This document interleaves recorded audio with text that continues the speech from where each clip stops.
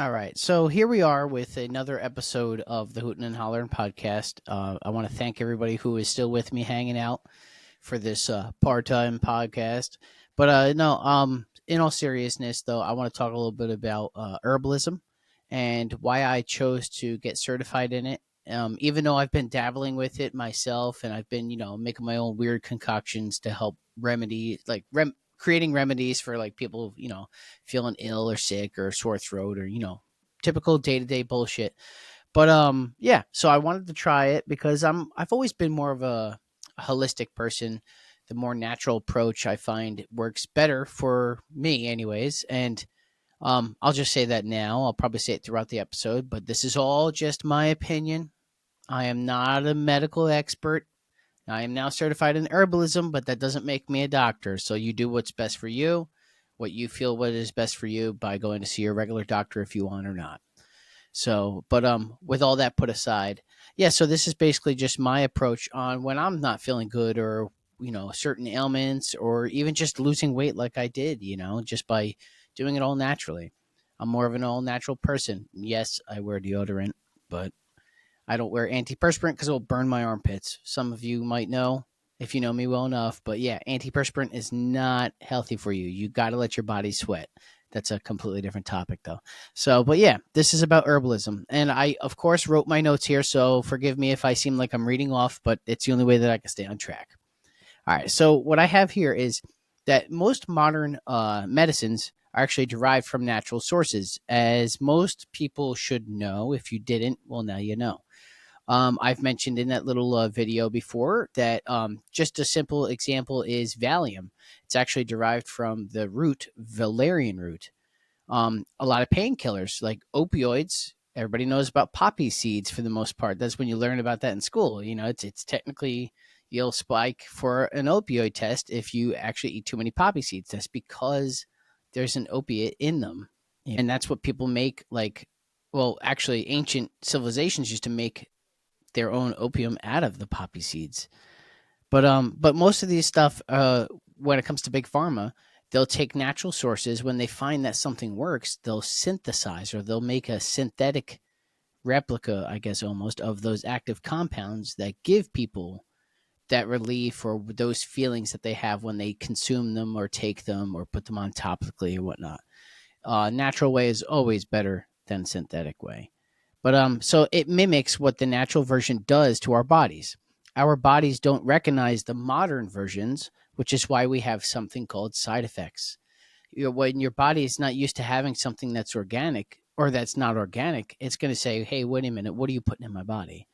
When you consume something naturally, it works with your body the way it's supposed to, the way God intended to, the way nature intends to. So natural sources, though, virtually don't have the side effects that modern medicines do have, where you ever watch those commercials where it's like, side effects may lead to blah, blah, blah, so, and it's like death and heart disease. It's like that's not going to happen with natural sources. Anything that's natural, the only thing that you're going to have any type of side effect is usually if you consume too much of it or you use too much of it, which can happen, or an allergic reaction. Those are the only side effects that are going to happen is if you misuse it or if you're allergic to it, which are neither of, like if you're allergic to it, that's not your fault. If you use too much of it, you just didn't educate yourself enough. You know what I'm saying? Or it might be pretty potent. But natural ways to address the problem, not just the symptoms. Everything from childhood diseases to issues like croup and teething and bedwetting, all the way to the most serious problems that us adults have, like cancer, and drug addiction. These all can be treated in a natural way, in a holistic way. Some people think, it's witchcraft or it's not there's no spells in this, I'm saying you're just taking what God gave you and making a remedy. And like I said before, most herbal remedies are actually the true original source of what modern medicines are nowadays. So, but holistic remedies almost always work better than the modern approaches with patients, and they don't leave any damage afterwards like modern medicines. Like I was saying, like if you take too much of aspirin, that could kill your liver. You know what I'm saying? Like if you take too many painkillers, you could become addicted to it.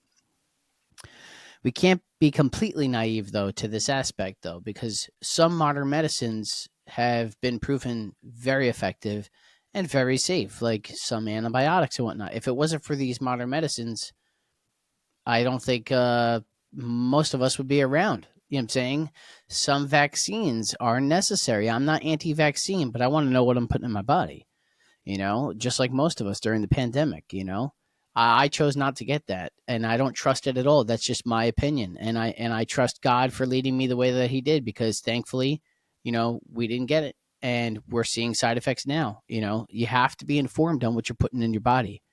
If you're trying to tell me what to put in my body without telling me what exactly it is, you go fuck yourself. Excuse my language. So yeah, humans are they've made some miracle drugs and medications. And you want to know what? There's a reason for everything, like I've always said. What else we have here? Yeah. So what I don't like, the main reason why I try to go holistic is because I have a beef with big pharma, to be completely honest. I don't like the way that they control a massive amount of our everyday life. People don't realize that big pharma basically owns our whole entire food industry as well in this country, and it's like a big farm, really. Like they own a lot of the pesticides, a lot of the things that people are using to grow crops or to try to help crops. Bioengineered ingredients are being used by big pharma to make crops better, bigger, last longer, preservatives that are not good. This is all foreign stuff to our body. Even like just when it comes to cereals are horrible for kids, and unless you're going like organic, you know what I'm saying, and like bare bones minimum, I would keep them away from that stuff. All those artificial stuff is horrible for you. And that's, people wonder why we have so many problems in our country. It's because of that. It's because of big pharma's hold on everything. We're all guilty of cheating, you know what I'm saying, when it comes to our diet and whatnot. And I wouldn't even say a diet, it's more of like a lifestyle, because a diet, it makes me, anyways, in my opinion, it makes me feel like it's temporary. Like diet is usually, oh, I'm gonna go on a diet and I'm gonna have like a certain amount of time to lose a certain amount of weight, not paying attention to anything else. Most diets are used to lose weight, some diets are used for medical purposes, which is necessary. But what works for me doesn't work for everybody. But what worked for me is when I cut out all the highly processed oils, all the highly processed carbs, all the junk, really. Like I said, we're all guilty. We'll have a couple cookies here and there. Ice cream is my biggest weakness. I love chocolate ice cream, but we all have to have that little bit of cheat, or you're going to wind up falling off and indulging way more than what you should. But I would say the number one thing that you want to get rid of is the oils. It's vegetable oil, soy oil, canola oil, cottonseed oil, grapeseed oil. All these seed oils that are like very processed. You want to stay away from it. It's highly inflammatory. It does metabolic damage. It could lead to autoimmunity. It could make you gain weight. It could help, wind up causing diabetes, cancer, overall accelerated aging. It can make you feel older, look older, and it's just wreaking havoc on your body. But that's why it's so important to pay attention to what you eat, because if you just switched to the better oils, which I use organic olive oil, or even if it's just extra virgin olive oil, it's still better than vegetable oil. Now, vegetable oil and canola oil, people use them, to deep fry things and whatnot. I would just try an air fryer, because that's also one of my weaknesses is an air fryer. I love it. Um, but yeah, like if you needed to use oil, a high heat oil that you could use is like avocado oil, coconut oil. Those are pretty high heat oils that you could use. Um, and then for the lower, like sauteing and cooking, just use butter, use ghee, which is clarified butter, or lard, bacon fat. It sounds unhealthy because most of our lives they've told us, fat makes you fat. Fat clogs the arteries. It's not. It's when you add the sugar. It's when you add the processed carbs to all of that. That's what's clogging your arteries. It's not the actual fat itself. But overall, eating good, just change the way that you eat. Like it's not really a diet. Like I said, it's a whole entire like life change. Like when I started it, I started a little bit of fasting here and there. I started at like 10 a.m. I waited till I got to 10 a.m. and then I would stop around like 8. 7 or 8 p.m. And, I would cheat here and there, not driving myself crazy, but, I read that book, how to make shit happen. And I just listened to my brain. I said, no, you have to do this. And it wasn't even really for me. It was, for my kids. And because I noticed I was running around the backyard and I would run out of breath, and my knees were hurting me, my feet were hurting me. And that's not something that a 30-something-year-old should be ever feeling, especially with two little ones. Like, you have to set an example, you know? But, do it for yourself, do it for your family, do it for your kids, just get the shit right, But, I stopped all the, all the bad stuff, like the bad oils. What is here? I was never a soda drinker, but soda is poison. It's just straight poison. Just stay away from all sodas. I don't care if it's diet, if it's stevia soda or whatever the fuck that shit is. Just stay away from it. It's not healthy. Fast food, if you could avoid it, definitely avoid it, especially the ones that are, like if it's like a Chipotle, that's not too bad because it's cooked in front of you. It's cooked with, a lot of fresh ingredients and whatnot. But stay away from McDonald's and Taco Bell and Burger King. Like, sure, yeah, every once in a while you feel guilty about it. You indulge a little bit. It's not going to kill you, but it will kill you if you eat it every day. So, what else I have here? Oh yeah, anything with high fructose corn syrup, that's also horrendous on your body. Um, I used to love beer. I gave beer up, but it's essentially liquid bread. It's not good for you. Non-organic juices, that's another thing. That's another little sleeper, I would say, because most juices, like, oh, it's healthy, it's fruit juice, but when you look at the sources on the back of it, it's like from different countries where it's unregulated and whatnot, and you just want to stay away from that. And then if it's not organic, you'll see a lot of preservatives. They use preservatives on the fruit in the farm, and then that preservative gets leaked into your juice. Like, it's not cool. So just stick with organic juices if you have to, or just make your own juice. But it's also healthier and way better for you just to eat the actual fruit and instead of juicing it and whatnot. But you could also find healthy alternatives to these junk foods. If it's too hard for you to cut it out right at the beginning, you could find the healthy alternatives. Like, most people don't realize, like, if your one guilty pleasure is like Oreos, and you're like, oh man, I really want those Oreos, and you find yourself like, it's almost better to grab, the Oreos or the healthier version of the Oreos, have a couple, remember that self-discipline so you don't drive yourself nuts. But like, if you deprive yourself of all of it, you're going to fall off the deep end and then just go completely backwards in your progress.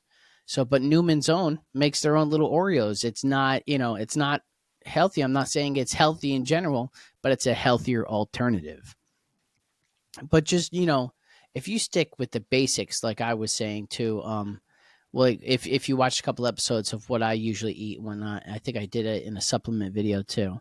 But, I'm not carnivore technically. I'm animal based.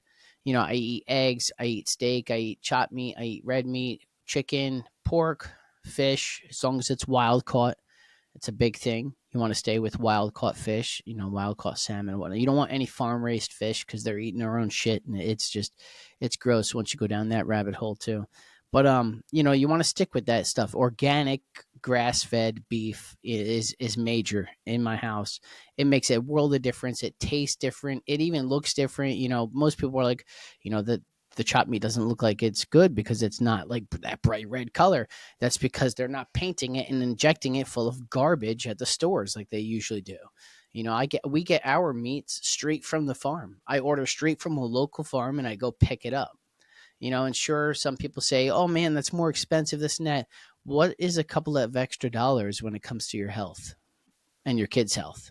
There is no price tag on that. So, but yeah, I have that. I'll have water, tea, unsweetened tea. I'll use a little bit of honey here and there. Every once in a while, I'll cheat. I'll get some of the pure leaf raspberry. It's not the best, it's not the healthiest, but it's quenching, and I like the taste of it every now and then.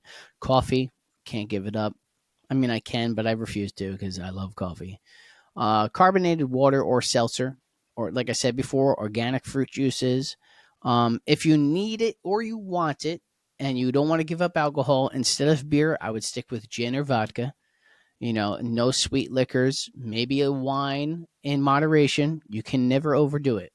Anything, even if it's good, also a great thing. And then when it comes to seasonings, I love the pink Himalayan salt and the Celtic salt because they actually have a lot of minerals in them.